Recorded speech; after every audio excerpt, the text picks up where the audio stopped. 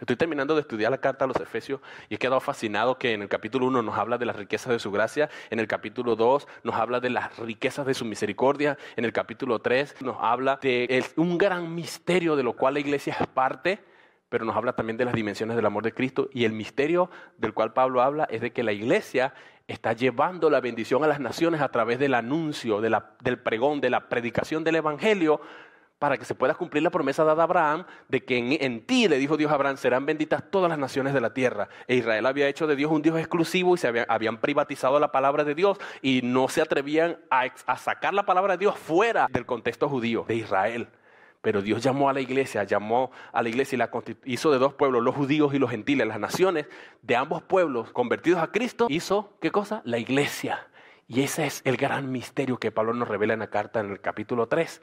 Y nos dice, ahora, ¿para qué? Para que anunciemos el evangelio. Y dice, y doblo mis rodillas por esta causa para que comprendan las dimensiones del amor de Cristo. Es lo que nos dice en el capítulo 4, nos habla de la unidad pese a las diferencias, porque la iglesia está constituida por gente de diferentes gustos, diferentes antecedentes, diferentes culturas, diferentes países, diferentes idiomas, diferentes contexturas físicas, etcétera, etcétera. Somos diferentes, pero en el capítulo 4 nos habla de 4 ingredientes para mantener la unidad pese a las diferencias. ¿Cuáles son esas? Humildad, mansedumbre, paciencia, una paciencia de tolerancia, porque hay una paciencia que significa esperar, pero en el contexto que usa Pablo es soportándoos con paciencia, es la paciencia de la tolerancia.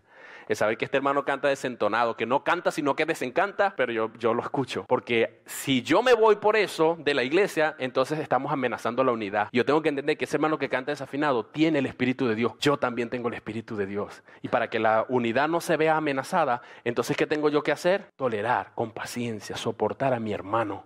El hermano que es gritón, el hermano que es bulloso, el hermano que es tranquilo y paciente, que uno le habla y no le responde, el hermano que es serio, el hermano que es demasiado light, el hermano que es confianzudo, el hermano que es rico, el hermano que es pobre, el hermano que es gordo, el hermano que... Hay muchas diferencias, pero pese a la diferencia hay un uniforme que nos une, y es el Espíritu de Dios que está en nosotros.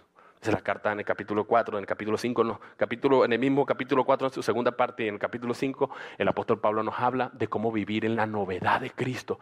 Dios ha hecho todo esto, pero ahora nosotros tenemos que vivir agradando al Señor en conducta, en palabras, en la manera de actuar, en la manera de comportarnos, las conversaciones que tengamos. Tenemos que filtrar todo lo que vamos a decir, tenemos que ser prudentes, tenemos que ser sabios, tenemos que dejar las fornicaciones, tenemos que imitar a Dios como hijos amados, como dice el capítulo 5, donde él entra entonces con el capítulo 5, continuando con la novedad de vida. Y en el capítulo 6 nos dice, hey, mire, no tenemos lucha contra carne y sangre. Nos habla de las relaciones. Tenemos que comenzar a tener buenas relaciones en la familia, los esposos con las esposas, los padres con los hijos con los padres, obedeciendo en el Señor. ¿Para qué?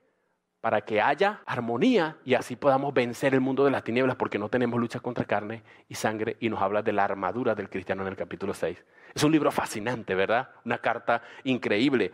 Pero todo esto nos dice a nosotros que Dios nos puede usar, que Dios tiene un plan maravilloso con nosotros y que no importa lo que usted sea, no importa cuál haya sido su antecedente. ¿Por quién quiere usted que nos llegue a la doctrina cristiana en sus 13 cartas? El hombre que más escribió, el apóstol Pablo, que antes se llamó Saulo de Tarso, perseguidor de la iglesia, y contribuyó con la muerte del primer mártir de la iglesia.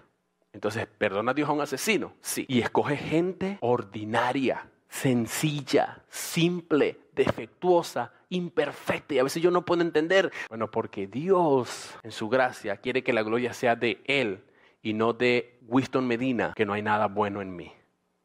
No hay nada bueno en mí.